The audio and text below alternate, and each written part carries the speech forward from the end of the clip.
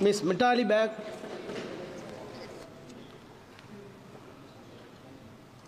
নমস্কার। রেল সংক্রান্ত বিষয় নিয়ে বলার সুযোগ করে দেওয়ার জন্য মহাশয়কে অনেক অনেক ধন্যবাদ। শ্রী শ্রী ঠাকুর রামকৃষ্ণ এবং মা শারদাকে প্রণাম, এবং আমি আরামবাগ লোকসভাবাসীর কাছে কৃতজ্ঞ, তারা আমাকে আশীর্বাদ দিয়ে সংসদ ভবনে পাঠিয়েছেন। রেল সংক্রান্ত বিষয় নিয়ে সংসদ ভবনে যখনই শুনি তখনই বলা হয় ডাবল ইঞ্জিন সরকার, ডাবল ইঞ্জিন সাঁ করে ছুটে চলেছে সব জায়গায় 100% কাজ হয়ে গেছে। আরও শোনা যায় এই সংসদ ভবনে সবকা সাথ সবকা বিকাশ। তাই যদি হয় তাহলে ভারত পথিক রাজা রামমোহন রায়ের জন্মস্থান খানাকুল আরামবাগ লোকসভা কেন্দ্রে অবস্থিত। রাজা রামমোহন রায় যিনি প্রথম রেলযাত্রী ছিলেন, সেই স্থানে আজও রেল চালু হলো না। স্কুলের ছাত্রছাত্রীরা রেলের ছবি অঙ্কনের মাধ্যমে তাদের মনের ভাষা প্রকাশ করে চলেছে। তাদের মনের একটা আশা আকাঙ্ক্ষা যে কবে রেল হবে। তারা মনে মনে ছবি আঁকছে, দেওয়ালে ছবি আঁকছে, খাতায় ছবি আঁকছে যে আমরা রেলে করে স্কুলে যাচ্ছি, কলেজে যাচ্ছি।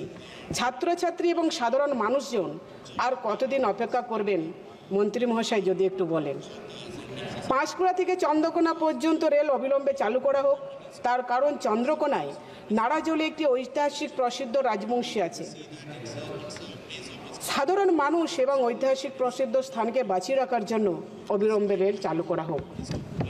তারকেশ্বর থেকে বিষ্ণুপুর, যেহেতু রেলমন্ত্রীর সামনে বসে আছেন, আমি ওনাকে অনুরোধ করব যে পশ্চিমবাংলার সরকারকে, মাননীয় মুখ্যমন্ত্রী মমতা বন্দ্যোপাধ্যায়কে বারবার আক্রমণ না করে, জমি জট সংক্রান্ত বিষয়ের উপর দোষারোপ না করে তারকেশ্বর থেকে বিষ্ণুপুর রেলের কাজ দ্রুত করা হোক। আরও একটা বিষয়, তার ক্যান্সার পেশেন্টদের যাতায়াতের সুবিধার জন্য মুম্বাই টাটা মেমোরিয়াল যে হসপিটাল রয়েছে সেটা যাওয়ার জন্য যদি আরামবাগ থেকে মুম্বাই কিংবা আরামবাগ থেকে ব্যাঙ্গালোর যদি কোনো রেল চালু করা হয় সেটা খুবই ভালো হয়। যদি সপ্তাহে 2 দিন অন্তত হয় সেটাও খুব ভালো বিষয় হয় পেশেন্টদের জন্য। এবং স্টপেজ অবশ্যই শেওড়াফুলি, তারকেশ্বর, আরামবাগে যদি হয় তার মতো কোনো ভালো জিনিস আর হতেই পারে না। যাই হোক না কেন, আমরা একটা বিষয় দেখে আসছি। কিছুক্ষণ আগে এখানে একজন সতীর্থ বলছিলেন যে রেলের নাকি কোনো দুর্ঘটনা হয়নি। সুন্দর, আমি জানি না উনি খবরের কাগজ দেখেন কিনা, সংবাদ দেখেন কিনা। আমি জানি না সংসদ ভবনে দাঁড়িয়ে এ ধরনের মানুষের জন্য মিথ্যে কথা বলা যায় কিনা, হাততালির জন্য মিথ্যে কথা বলেন কিনা, এটাও আমি জানি না।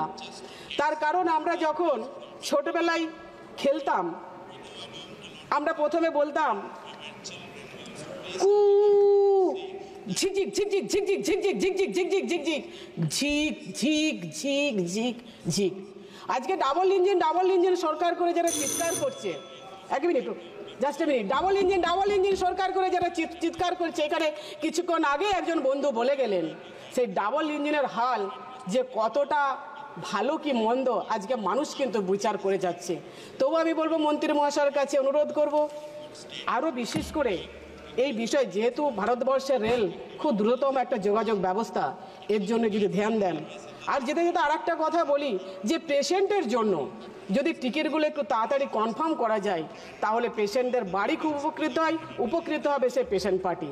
যাই হোক, আমাকে আরেকবার বলার সুযোগ করে দেওয়ার জন্য অনেক অনেক ধন্যবাদ। নমস্কার। Thank you. Sri G. Selvam.